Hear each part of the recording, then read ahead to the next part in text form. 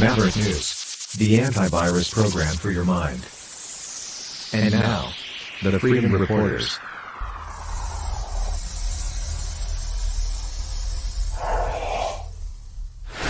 So you guys have a new thing going on. Why don't you take it away and give us the big announcement, Laurie? Oh yeah. I want to say I'm sometimes terrible at segues, but today I had a great segue. Oh, well, let me throw it to you. We can't waste that, so please Go have for at it, it. Jeff.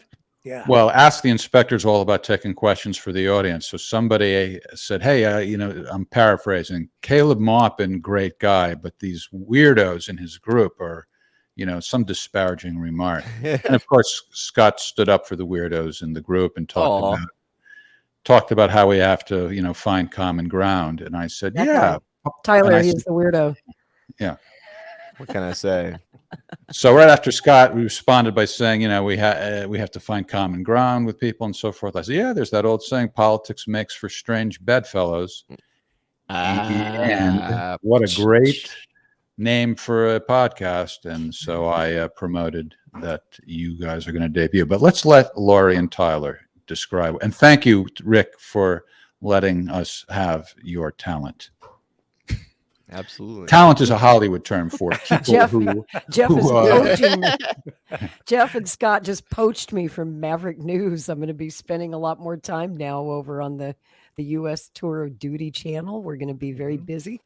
I love that channel. I call it kind of a network because he has a variety of different shows, not just Scott Ritter's show, but several others. And they're trying to branch out and grow and start some new programming.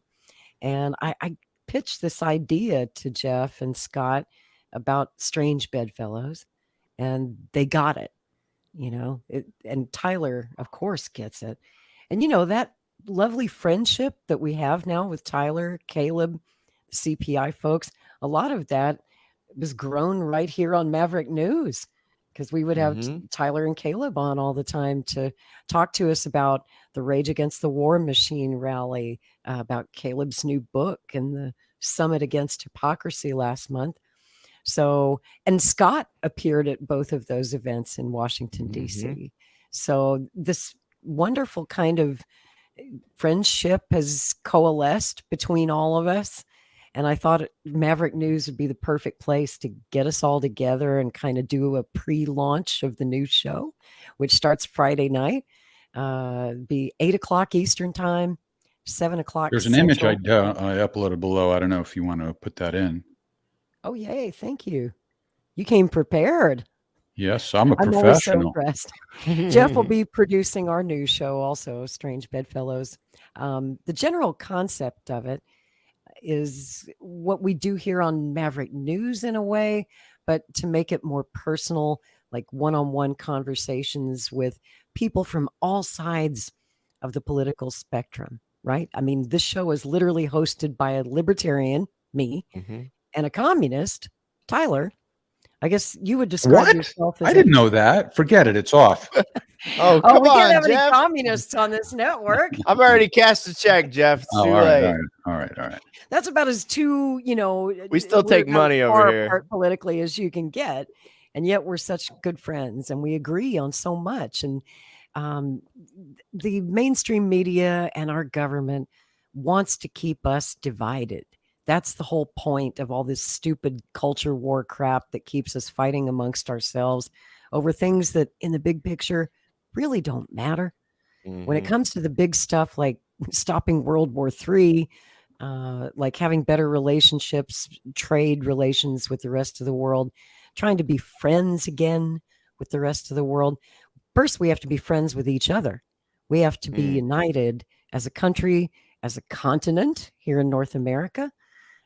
It's so important to facilitate those discussions, and we'll have guests on from all over the world, all political parties, people we disagree with sometimes, but it's not going to be like a debate show. That's not what I wanted to do. I don't want to get people on here to fight.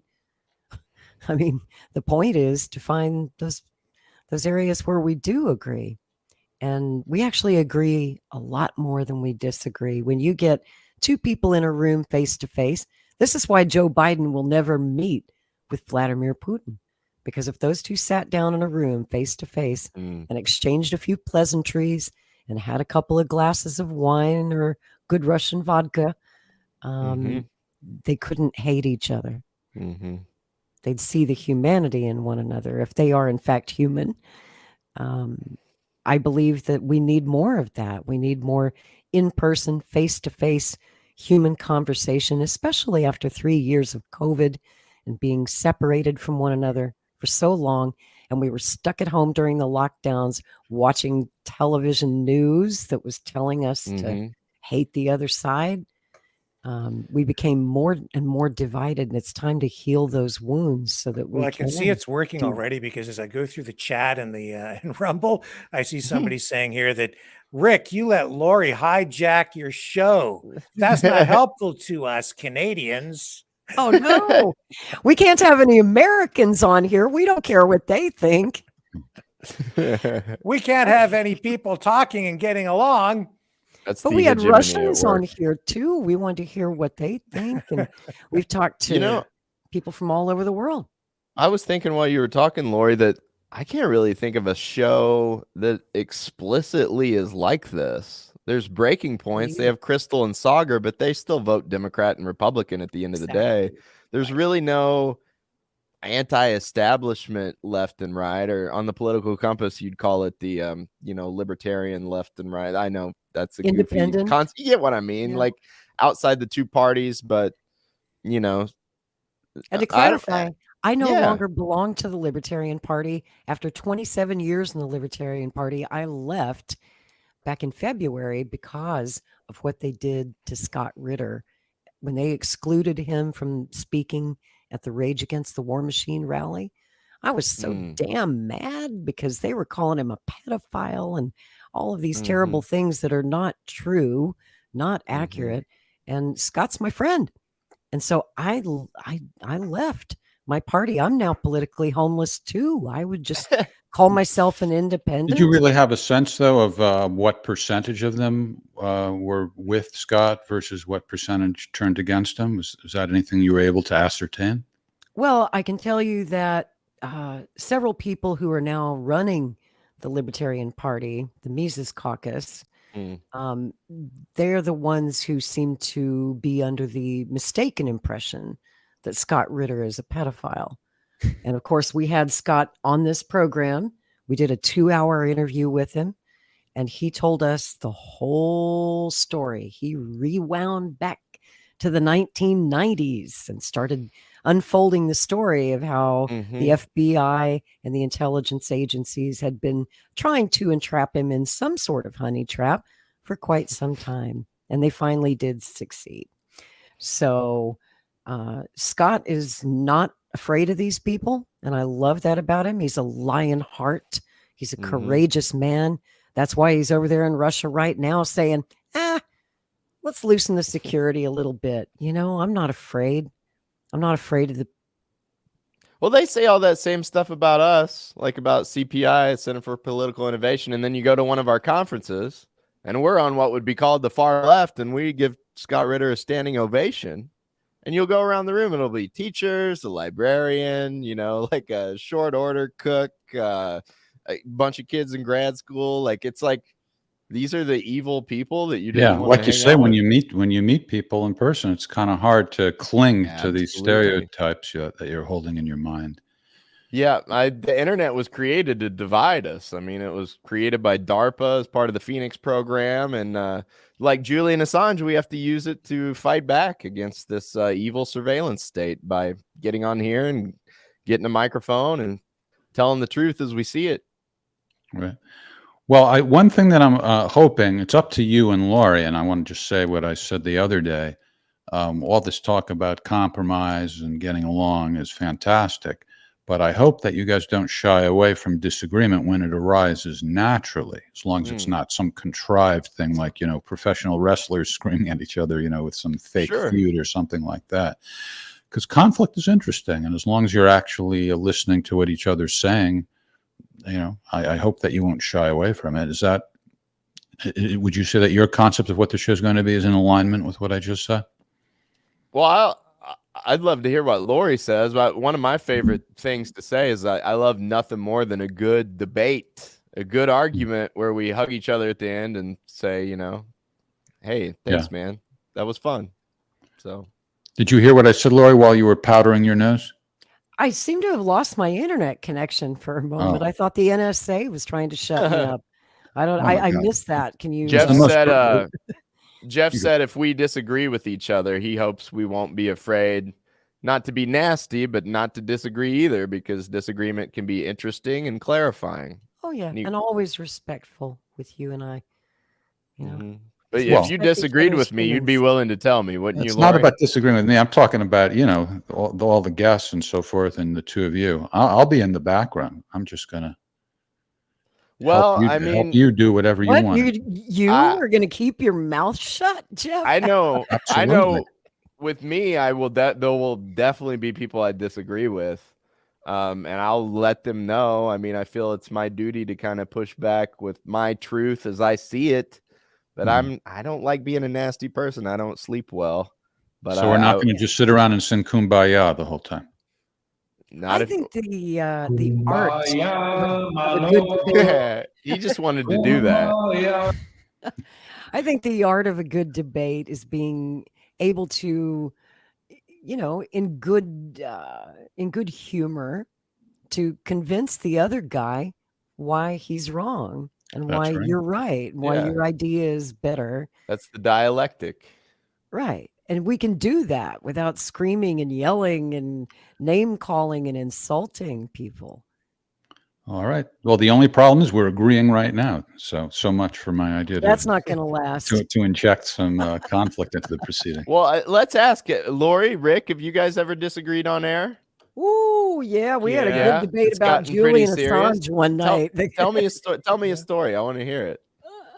Disagreement's interesting. Julian Assange, you disagreed about? Who took the? What about what side I take? I'm not as committed to it because I have issues, especially as a Canadian, and with the way the laws are up here, with the way the information might be collected or the way it comes out. So I just have concerns about that aspect of it. Do I think he deserves to be, imprisoned right now? No. I just.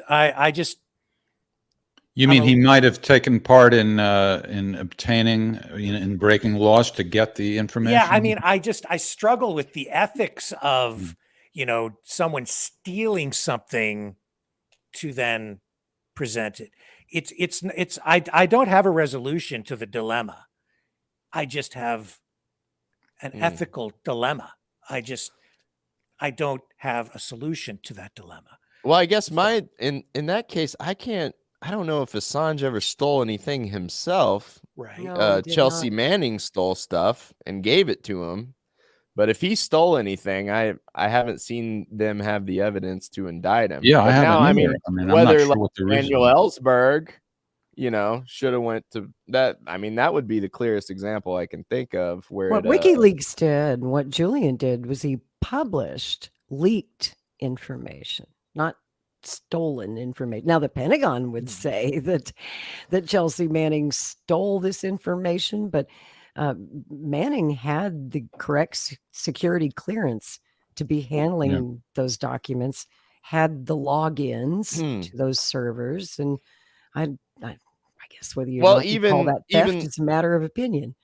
Even like Snowden, and we might disagree on that, Rick and Jeff. This would be an example of how I would disagree. Let's pretend Rick thinks Snowden should get in trouble.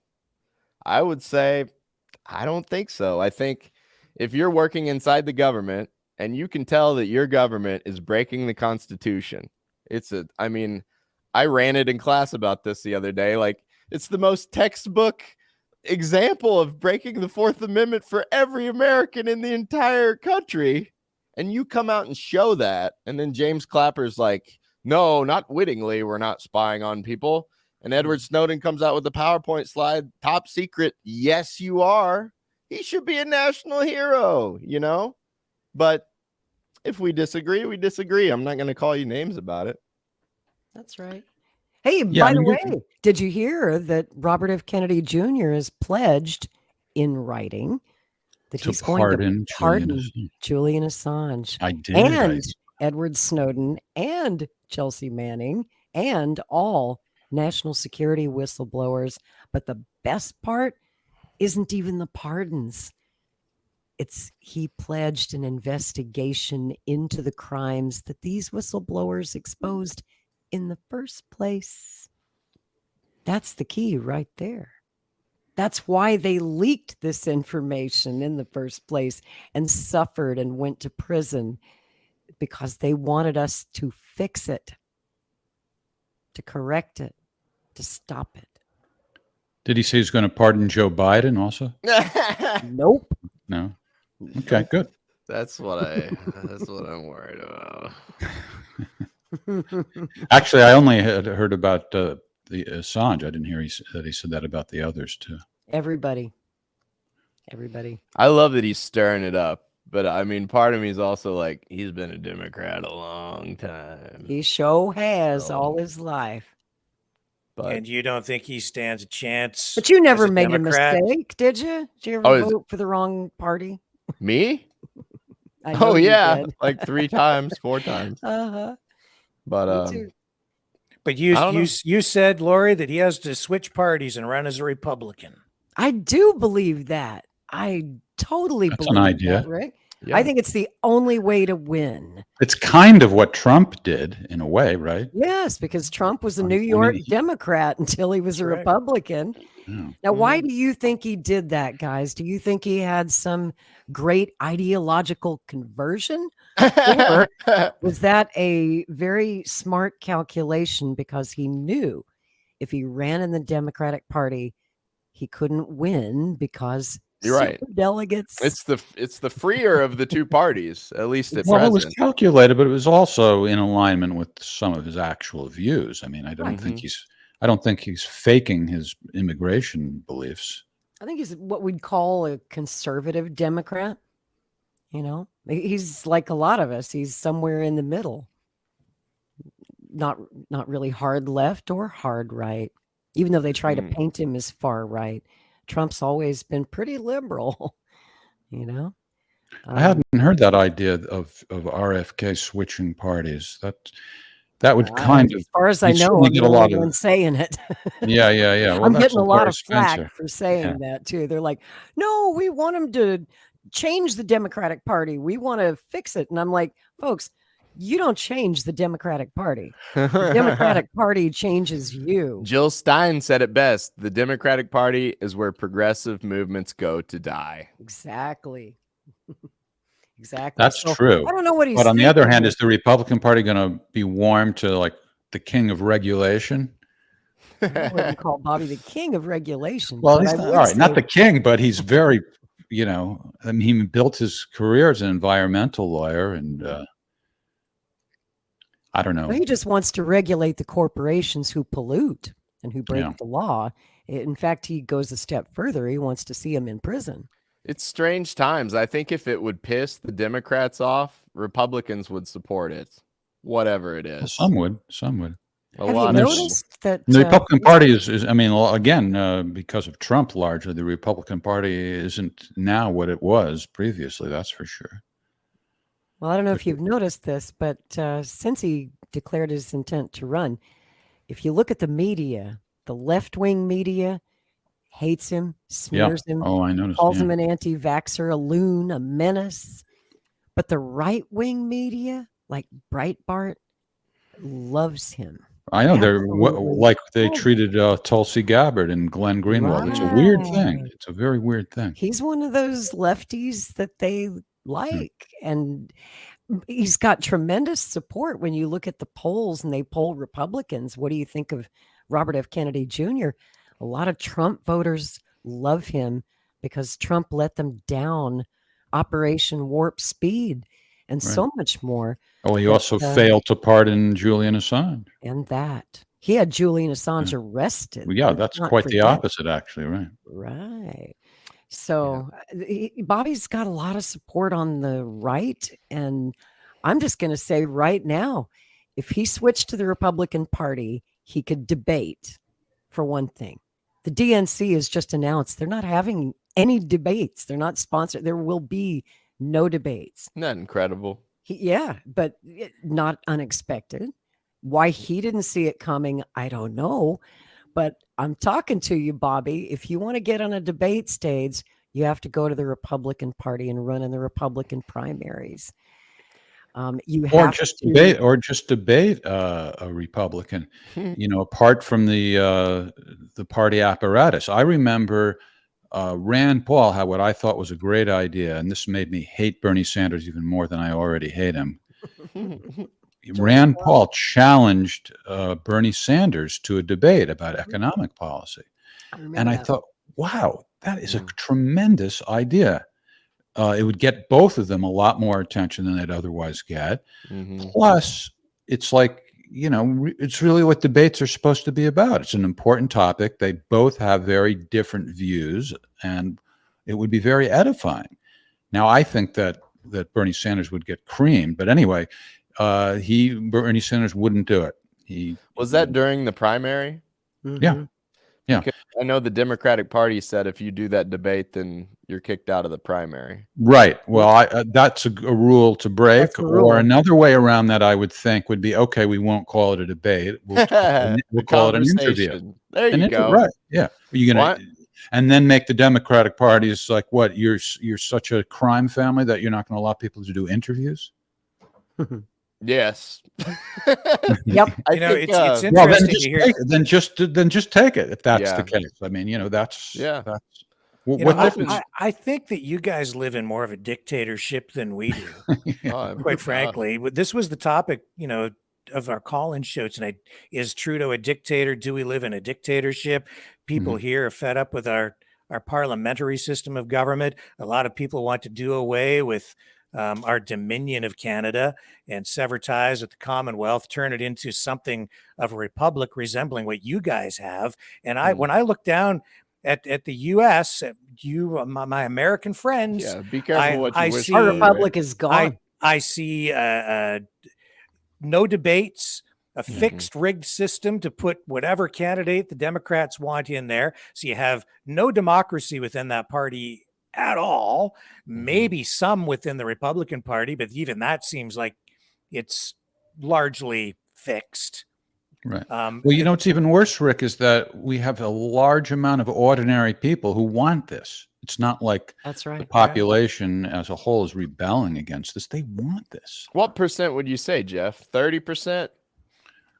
Most everybody who calls themselves a progressive wants to have control, advantage, punish their political adversaries. This is their attitude. It's a sick mindset. It's so pernicious. I'd say it's probably 25% would be my guess, which is a scary number. Well, look, we can't. It's very difficult to talk about the whole population in one little sentence. But I would say that there's a segment of the population who are the censors.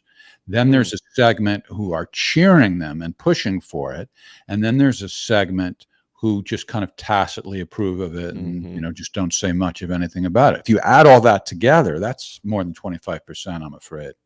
I mean, I don't know for sure. I don't know how to tell for sure, but they're not going to poll on that question, are they? But what I see when I do look at polls, and of course I'm a volunteer for the Kennedy campaign, I'm studying polls very carefully. I see Kennedy as the Strange Bedfellows candidate. He's the guy who has broad appeal to MAGA people. Old guard conservatives really like him. Libertarians really like him. Independents are digging him too.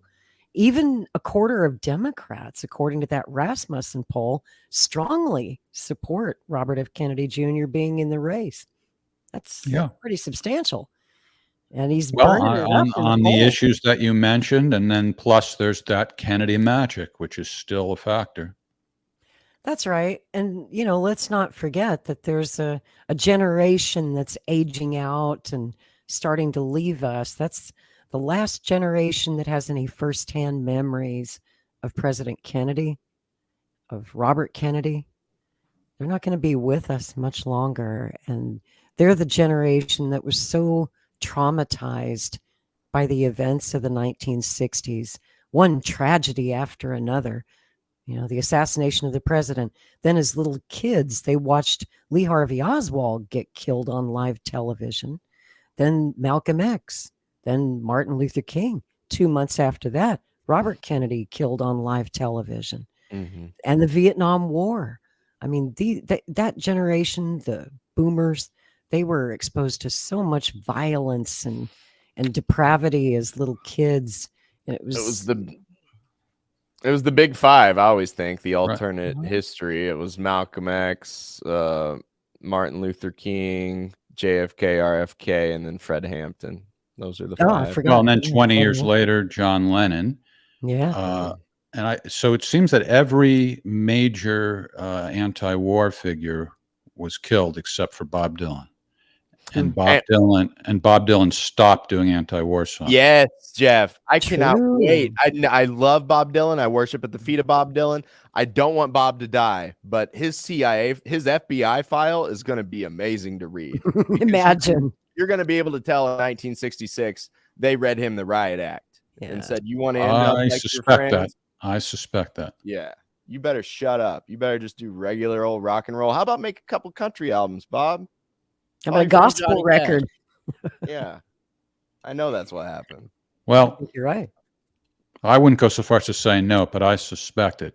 I mean, it's not exactly hard to believe that he would be interested in doing different kinds of music, because he genuinely is interested in a lot of kind of music. And I could see where he wouldn't want to be pigeonholed. But he really completely shut up on that topic. Every once in a while he did the song about George Jackson when he got killed in prison. He did the Hurricane, which was really popular, and then his JFK song. But that's not a threat to the powers that be. I'm talking about anti-war. Yeah, he did do that very powerful song about JFK released a couple of years ago. Murder Most Foul.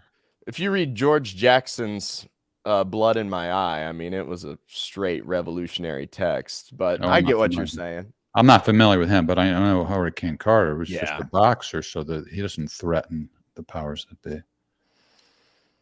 I think there's that weird interview where Bob says he sold his soul, and I always kind of took it as him joking, but I think proverbially that's what he meant, is like, if I'd stuck to my guns, I'd be dead. So, his first girlfriend was Susie Rollo, was a commie.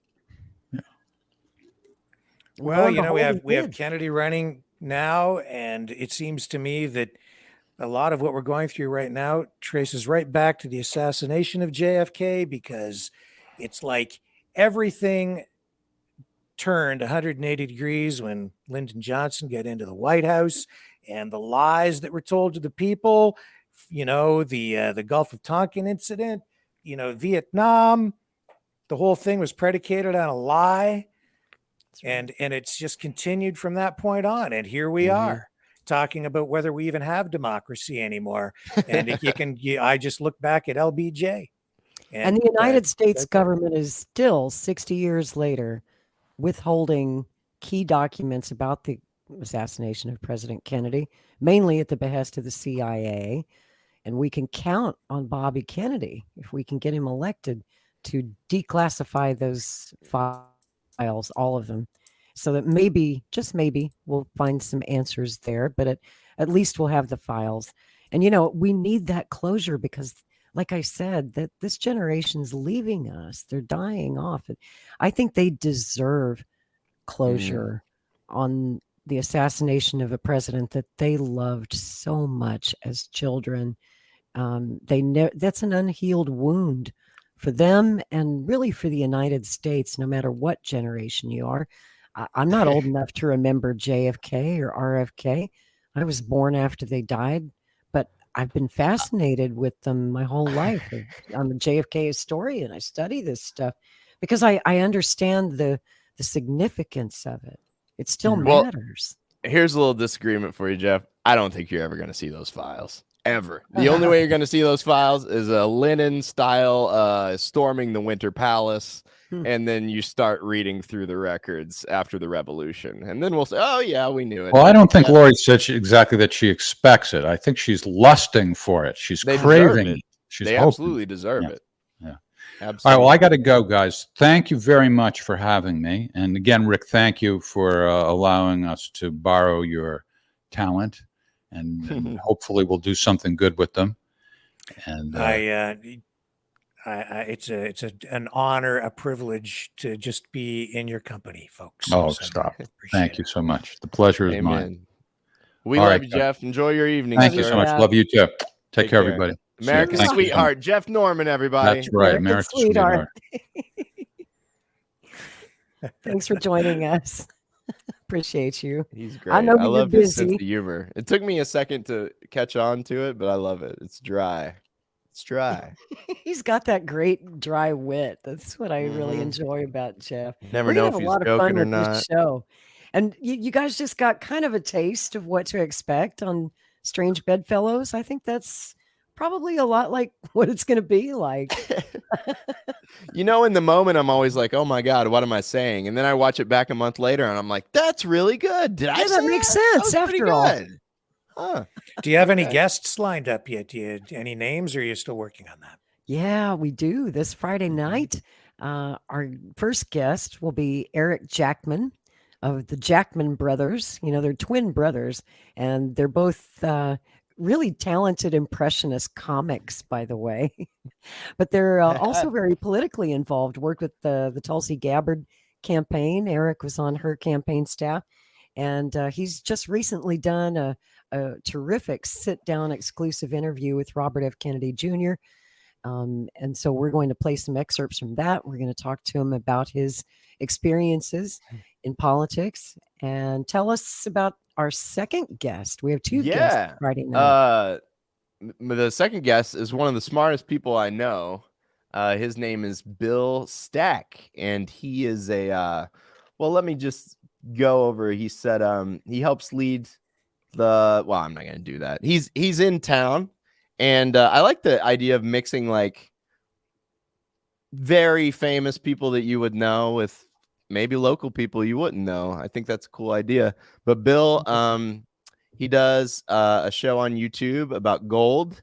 He's kind of much more on the libertarian Trump persuasion, but he's one of my close friends. He's a military guy. He went to West Point.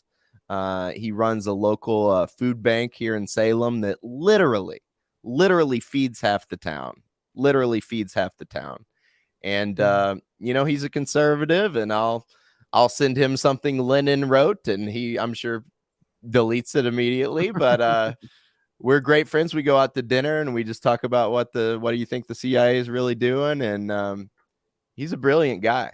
Brilliant. First person I knew in town that knew about COVID other than me. Wow. So, he's also a Gulf War vet, isn't he? Yes. U.S. Navy? He's a Gulf War vet. Yeah. And I don't know how much he'll want to talk about that. Yeah. He struggled with stuff over there. And some of the weapons that were used on eastern Ukraine by the British, depleted uranium and things like that, burn pits. But you'd never know. You'd never know talking to Bill. Bill was just, he's just one of those funny, jolly figures, but he also knows politics and he manages people's money. So people literally go to Bill and go, here's all my money. Can you make it become more money? And Bill does that for people.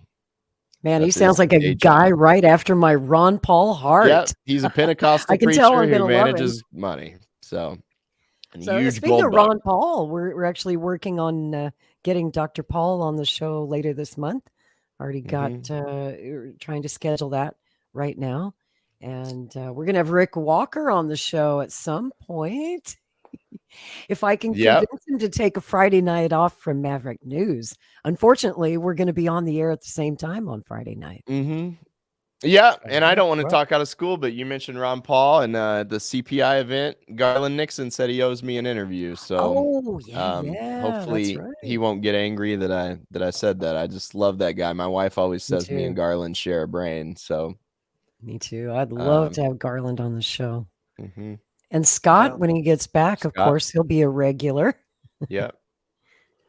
Well, you guys have some pretty big names, some heavy hitters coming in, some smart people. So I think it's Working going on to be a great Kennedy show. too. I don't know if we can pull it off, but And I'm got a few working on strings to Biden. pull there. I'm working on Biden. I'm going to get Biden on. At least Kamala. At least Kamala. Well, supposedly There's Biden's a big communist, country right? So and there's a little country, and the little country, Ukraine, and it's bad. I That's my think Kamala actually impression. Hillary Clinton is she's meeting doing with the talk Chrystia show circuit. Freeland. She's doing a thing with Chrystia Freeland. Oh, Yeah, God. I'm going to act like I'm a 10-year-old, and I'm going to God. ask her questions. No, It's true. She is. Why? Yeah, Brendan sent me this. I think it was yesterday. Let me see if I can Oh, find that. Lordy, Um, no. It was like Barforama. Barfarama? Yeah. Barfarama? Well, that was my reaction. Here, I'll find it. I have to. God help us. Barfarama, is that like when you're on the amusement park ride and you lose your lunch? It That's just goes pretty much round it, and yeah. round and round. Let me see here. Brendan sent me this thing. Holy cow. Here it is here. In conversation. It's coming up on Twitter. Yeah, let's bring it up here. Okay. Oh, you're going to Why love do you- this. Why do you torture me this way? It's going to be like a train wreck. I'm Next I'm not gonna Friday. be able to... Oh, it hasn't Oh. happened yet. May 5th. Oh, just their pictures 2 days. together. Yeah. Wow. And I think we should have my dad as a regular on the show. And we only ask him one question: is how pure is your hatred for Hillary Clinton? And then we'll just have him Great. rant. Is his dream, Rick? His dream. I've heard it since I was a kid. He goes, "Oh, I wish I had a radio show where I could just take people's phone calls. I'd do anything. I'd do anything." I go, "Well, Dad, hey, phone calls Hey. with Gary." So Gary might make an appearance. You guys will Maybe you can love guest Gary. host and take some calls. Gary will give dating advice and talk about how much he hates Hillary Clinton, and it'll be fun. I think people will like him. People will beg for more Gary, I believe. And didn't you tell me the story about, wasn't it your dad that was so mad in 2016 at both Trump Yes. and Hillary that at the last minute he just decided to hell with it, I'm going to vote for Jill Stein? That's American politics. And Jeff talked about how there's this segment that are irredeemable. There's also a segment like my dad. My dad was in line to vote, and the guy in front of him was going to vote for Trump, and he hated this person. And then the person behind him was going to vote for Hillary, and he hates him too. And he goes, "Screw it, son." I said, "I'm voting for Jill Stein. I made up my mind in the line." Did he even know who Jill Stein was? Or I he don't know. He knew I liked her. So he was like, at least Okay. I can tell Tyler I like. But he rants about politics all day. He still changed his mind by his hatred of the two people in line next to him. So that's Oh, an so American funny. politics too. You know, a lot of American voters probably make their voting decisions like that based on people in their life that they Yes. hate. Oh, Yeah, they're voting for why Hillary. not? Well, I'm going to vote That's for the other very guy. true. That's very true. That's You very know? true. So Yeah. just back to JFK or Robert F. Kennedy Jr., what do you think he could do to actually find a path to victory to become the nominee? Is there anything he can do? Mm. Not in the Democratic Party. Yeah, I I'm mean, an old unless Bernie Bobby fan. knows some super secret No. thing that I don't know. Have you read that court transcript, Rick, I from haven't. the Have you guy read? that sued the DNC for fraud? The Where Bernie where candidate? they decided that they can pretty much do whatever they want because Yeah. they're a company or corporation or whatever. The lawyer just Yeah. says, he goes, if we want to make a decision in a smoky back room, there's not a damn thing you can do about it. That's in a court transcript. I was Right. like, and then people you just know- line up. I'm Marianne Williamson. She's going to do it this time. I'm like, you people.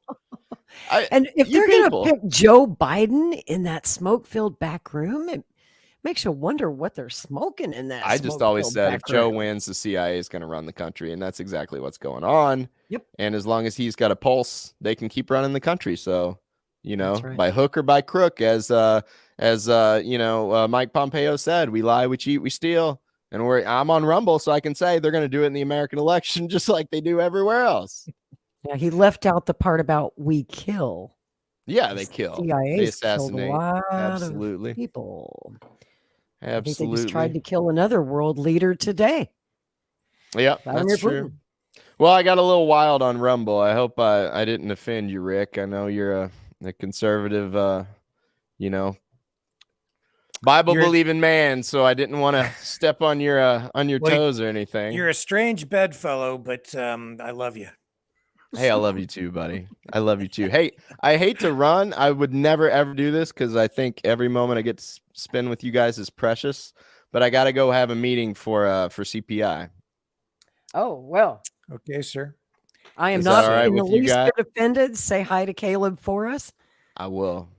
I love you both. I'm gonna do that meeting. I'm gonna go up and snuggle my babies. So I got a really cute 2-year-old that misses me. So Aww. you guys have a very pleasant evening. All right. All right. I hope you'll have me back. See you, Rick. Absolutely. Don't be Anytime. a stranger. Come see us. Okay. See you I'll do Friday that. night Thank on you, Strange sir. Bedfellows. Yes. Bye. Love you both. Bye. Take Love care. you. Good guy. I like Isn't that. he though? He is. And I don't know if you guys have ever checked out Tyler's YouTube channel. You can still see his old videos on there, and he's actually a really hilarious stand-up comic. And I know he made you laugh every time he comes on the show. Doesn't he make you laugh? He's a smart guy. He He's is, sharp. Yeah. and funny as hell too. I like him very much. Yeah, they're good Well, people. I think your show's going to be a hit. I think it's a great idea. You've got some great guests lined up. You've got the formula. So, yeah, I think Friday night will be exciting all the way around. Well, Rick, I appreciate that very much. I appreciate you. I'm not saying goodbye forever to Maverick News. I'll always come back when I can. I'm going to be devoting a lot of my time to Strange Bedfellows now. But, you were such an inspiration to me last year. Not just the work you did during the Freedom Convoy, bringing us all that live coverage. That meant a lot to me. But then I started getting to know you on a personal level and then started co-hosting the show with you. And it's always such a pleasure to work with you. I also want to thank you for giving me the courage to try and do what you do. I watched Maverick News during the convoy. I was still working for the corporate media at that time, mainstream media. And you know how miserable I was. I wanted out. I wanted to go independent so I could tell the truth. And you are definitely one of the biggest influences on me to try it, to do it. I've never been a video TV gal. I always did radio. I wasn't sure if I felt comfortable going on camera and doing this YouTube thing. But you really gave me a lot of encouragement and, told me to go for it. I'm really sorry about that. I'm a lot poorer now. That's right. Welcome to poverty. Yes, I joined you there. But I'm a lot happier now. I don't have to lie for a living. I can tell the truth and make a sort of living. It's liberating. It's so liberating. It's better than money. It is. Money's nice, but to be free of the corporate media stranglehold, I had that leash. I know you can relate. There was always that leash around your neck, what you could and couldn't say, and the corporate bosses that give you a tug when you got too far off the leash. I did that for most of my 35 years in journalism. And last year, I finally cut myself free thanks to the vaccine mandates. That's how I lost my corporate media job. And I've never been happier. So thanks to the vaccine mandates for showing me that I didn't need to be at that stinking company anyway. And I'm a lot happier now. You get addicted to the paycheck. Right. Everybody does, right? That's right. Because I've been there for 13 years. You were at CTV for what, 25? Yeah. That's security. That's job security. And the media business, there isn't any job security. It's very rare that you find a job you can keep for that long because media corporations are always changing hands and people get fired and they change formats. So it's rare to keep a job that long in the media. You and I are kind of exceptions to the rule, actually. You know what I figured out What's that? when I was there was that they would go through a regular cycle of purging, layoffs, firings, just to keep people scared. That's You what they bet. would do. Yes, that's how they Yeah. kept us in line. Yep. Yes, it worked too. It did. Absolutely. Yeah, they ruled Honestly, us through fear. I don't know how I survived as long as I did, because when I left, I Oh. quit. I didn't get fired. I didn't get laid off. I just left. Oh, I bet that felt good. It I bet did when at you the got to time. say, I quit. It did at the time, and now I live in the gutter and on the street. It's not that bad. It was worth it, wasn't it? To just say, take this job and shove it. In a manner of speaking, kind of, yes. Mm, Yeah, I did, sort of. I would think so. In a pleasant way, but yeah, they wanted me to do some things, and I said, I'm not doing that. So, and they said, oh, yes, yes. I said, no, I'm not. So that's how it went down, huh? Kind of, yeah. Yeah, it's a long story, but One of these days, you're going to have to tell us the story of why you parted ways with CTV. I know that's got to be a good story. And I know there's two sides of it, of course. They've got their side as well. But you left pretty quietly, but I know you must have had your reasons. We yeah, they wanted always me to do. move. Basically, they wanted me to move again. That's what it was. Oh, they wanted to Ultimately, so there was relocate you. that, but I was also just I was at the end. It was like I couldn't deal with the control, the Yeah. the manipulation of the scripting and stuff like that. And I didn't get to the point where I ever had to lie about anything, but they kept trying to change my scripts, and I was doing this with the assignment desk more and more and more and more and more all the time. Especially if I was doing anything regionally or occasionally, I would contribute something nationally. There were a few incidents that I could maybe share stories with you about in Love public, to. but yeah, some things that, yeah, Whatever you feel like sharing, yeah. whatever. Don't miss it. I don't miss it.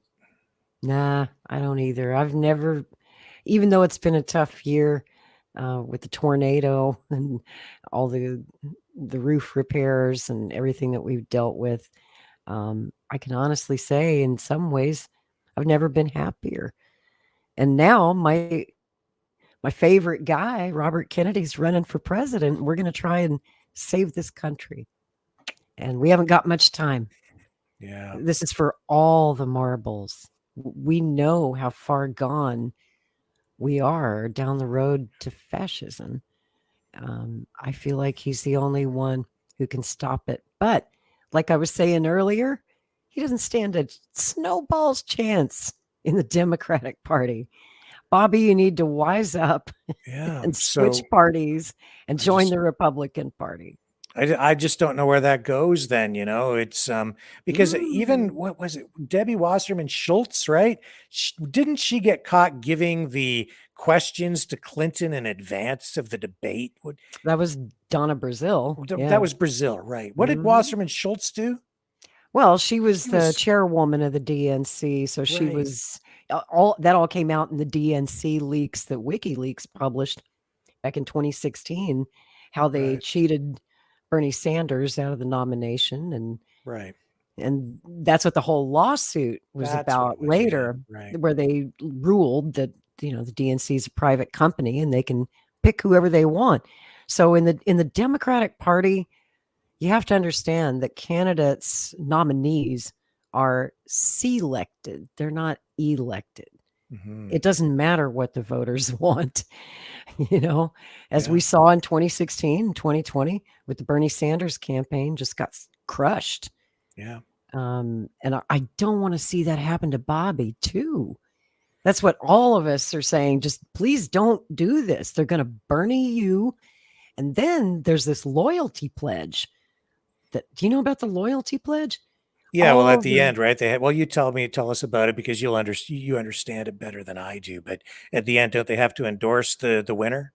That's exactly it. He'll have to endorse Joe Biden after they've screwed him over, handed him his hat and humiliated him at the convention. He literally has no choice but to endorse Biden, Right. to campaign for Biden in the fall. And if he sticks to those rules, he can't go independent after that. A lot of people have come to me. We've been talking about this at our weekly campaign meetings. And they ask, well, why doesn't he just wait until after the convention? And when they screw him, then he can run independent. And my answer to that is, by that time, it's too late to get ballot access in all 50 states. If you're going to run third party or independent, the way it works in the U.S. is the deadlines to get you on the ballot in all 50 states are usually in the spring. The Green Party and the Libertarian Party, their nominating conventions, when they choose their nominee, is before the Republicans and Democrats. It's usually in the spring. It's like May is when the Libertarians have our convention. Yeah. So if Bobby waits until after the Democratic Party convention to jump ship and go third party, he can't, because the other third parties have already chosen who their nominee is going to be. Right. And if he runs independent, it's too late at that point. It's August. The election's in November. So there's just not enough time to organize, start a new campaign as an independent, and fundraise and get on the ballot. Most importantly, getting on the ballot in all 50 states would be pretty much impossible, which leaves the obvious path to the White House, and that's in the Republican Party. It's the only place where he can debate. It's the only party that still has some semblance of free and fair primary elections. So how does the process work? Can anyone just announce that they want to be a candidate for the nomination and just file the paperwork? Is that the way it works? In the Republican Party? Yeah. And do you know? I don't know what the process is. He'd just have to change his voter registration and leave the Democrats and go sign up with the GOP. Which I presume there'd be some negotiations back and forth. And he would need what? Some people to nominate him, a certain number of people to nominate him or something?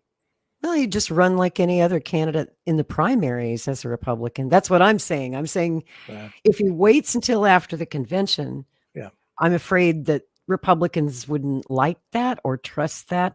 They'd think he's a carpetbagger. They'd say, oh, now you want to run with our party after your party screwed you. I don't think he'd get a very warm welcome if he waited so long to do that.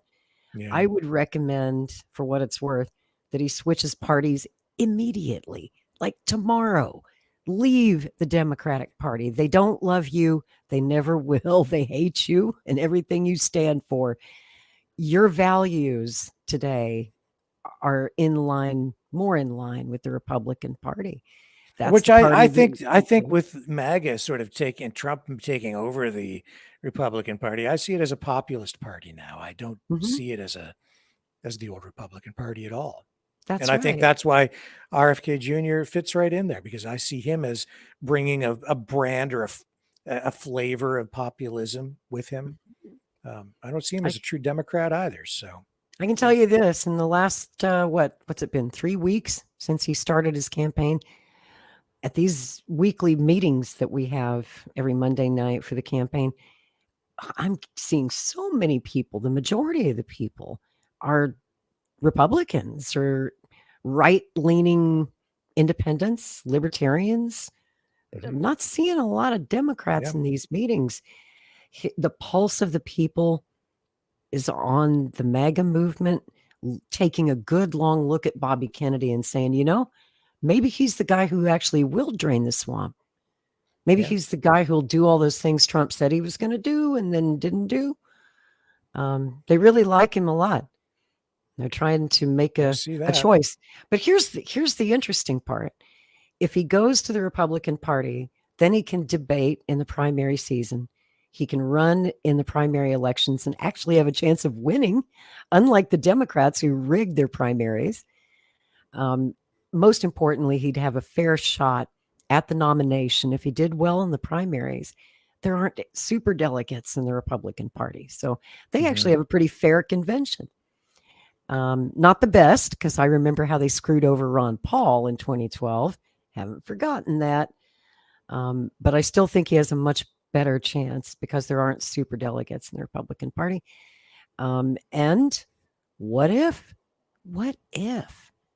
he beat Donald Trump for the nomination of the GOP? I ain't saying it's impossible. That's like over a year from now. A lot could happen, but he'd give Trump a good run for his money. Well, DeSantis is going to be in there too. That maybe. That oh no, he's going. He's going. Did you see that ad that he put out a few days ago? No, I don't think I've seen that one yet. Yeah, I ran it on the show. I don't have it queued up, but he's going.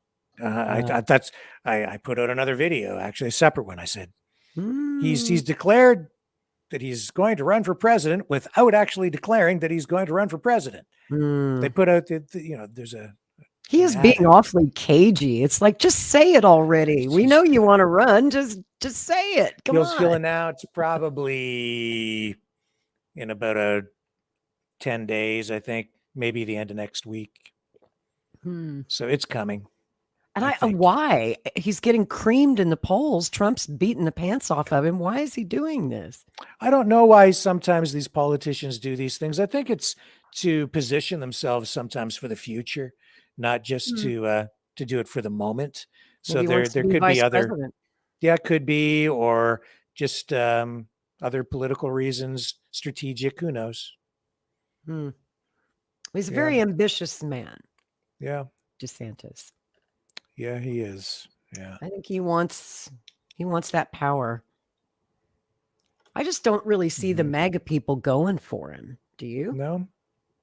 Some don't know. Depends. It depends on whether Trump self-destructs. And I can see that potentially happening because he has so many vulnerabilities. You touched on all of them, and they're serious. He failed on so many fronts that even I was a pretty big Trump guy the first time around. But when I look back, I just see failure after failure, from the lockdowns to the vaccines to you name it. I mean, social media, censorship, all these things that he said he was going to do, never did it, and failed the people, really, and then defers and blames. He doesn't accept responsibility for the lockdowns. Never when in reality, I mean, he's the freaking president. He could have saved us all, including Canada, at the same time. And he didn't. He just didn't step up. At the end of the day. That's where he let us down so hard. Yes. In so many ways. It's all Fauci's fault. Well, why didn't you freaking do something about the guy? It's all Fauci's fault. Well, fire him. That's what we were saying back in 2020. Yeah. I mean, there was literally a hashtag going around in the summer of 2020, fire Fauci. That's and right. Trump tweeted that hashtag, but he didn't fire the guy. Are you going to tweet about it, or are you just going to fire the guy? Yeah. Complain. And then he stood up there and says, well, I remember the quote. I don't want to hurt him. What do you mean you don't want to hurt him? What about everybody else? Oh, man, alive. See, I felt like a fool, Rick, the day after the 2016 election, because I supported Donald Trump wholeheartedly in 2016 because I wanted him to lock her up. I wanted to see the Clintons held accountable. The day after the election, remember? He gave an interview to Leslie Stahl.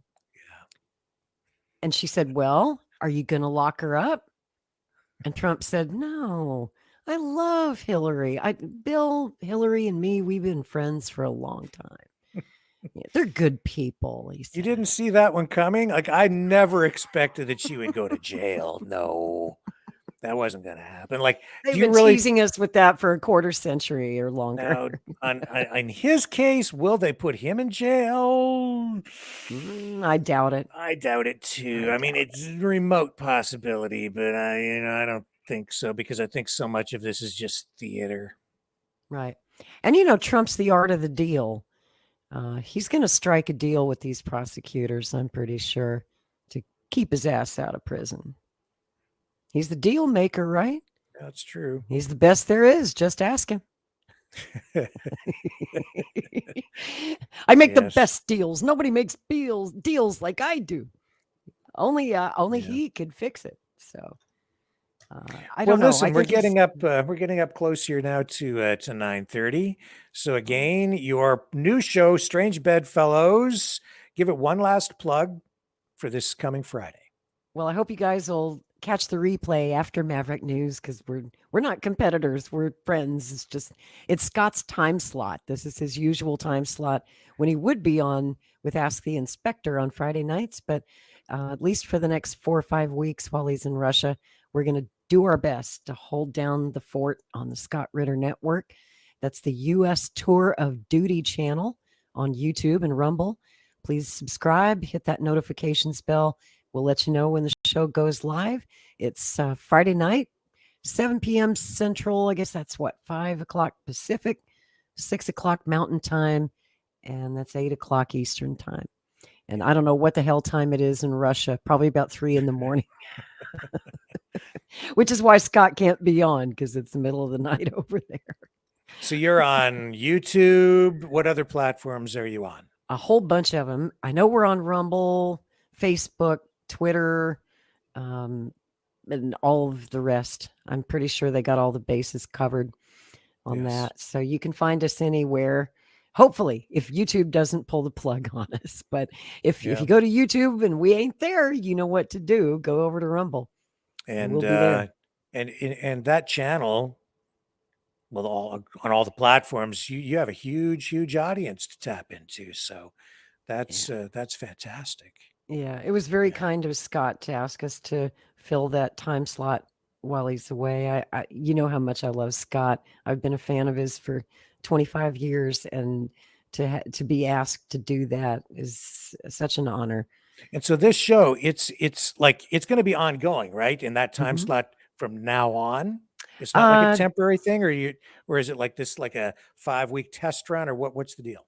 It's just kind of going to, hold that time slot, keep it warm, because he's got a big, all his fans are used to being there every Friday night at 7 o'clock. So we're going to keep doing it. And when he gets back, I think he's coming back about mid-June. And then they'll move Strange Bedfellows to some new night of the week. I'm not sure which one yet. So for now, we're just holding down the fort, and then we'll pick a more permanent time slot for Strange Bedfellows. So it's just one night a week is what it is right now, and then it'll move to a different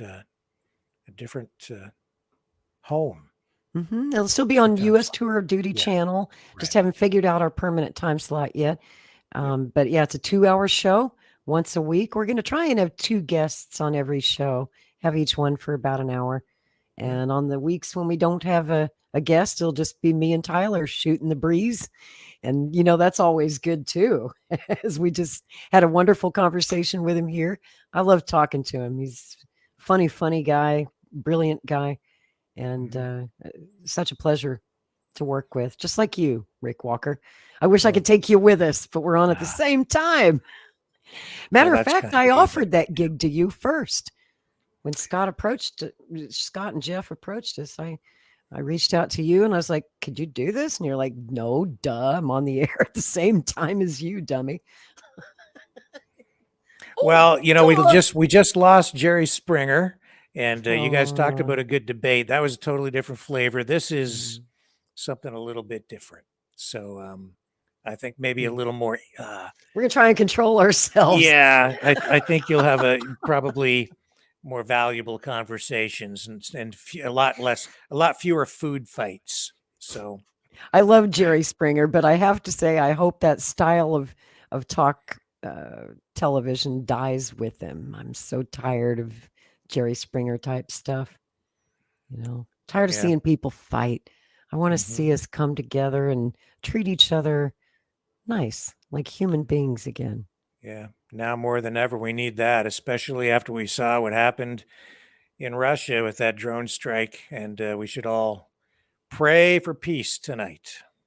Amen to that, brother. I'm going to have a kind of a sleepless night, to be honest with you. I'm a little nervous. Yeah, me too. Well, Lori, thank you so much for My coming pleasure. back and making the big announcement here. And I know it's going to, I'd say good luck, but you don't need it. It's going to Good be night and good luck. Going to be a big hit. So, well, I will come back to Maverick News every chance I get because I just love hanging out with you guys. So I'll be back. All right. Appreciate it. And I'll be back. I don't know if I'll be here tomorrow night. I've got some personal things that I may need to attend to.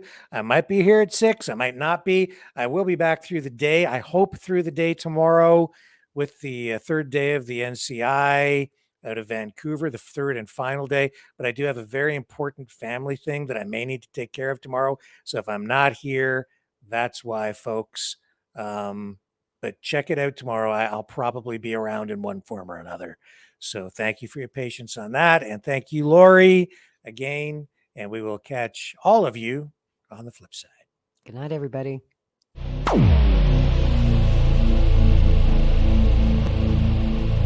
This has been a Maverick Multimedia production.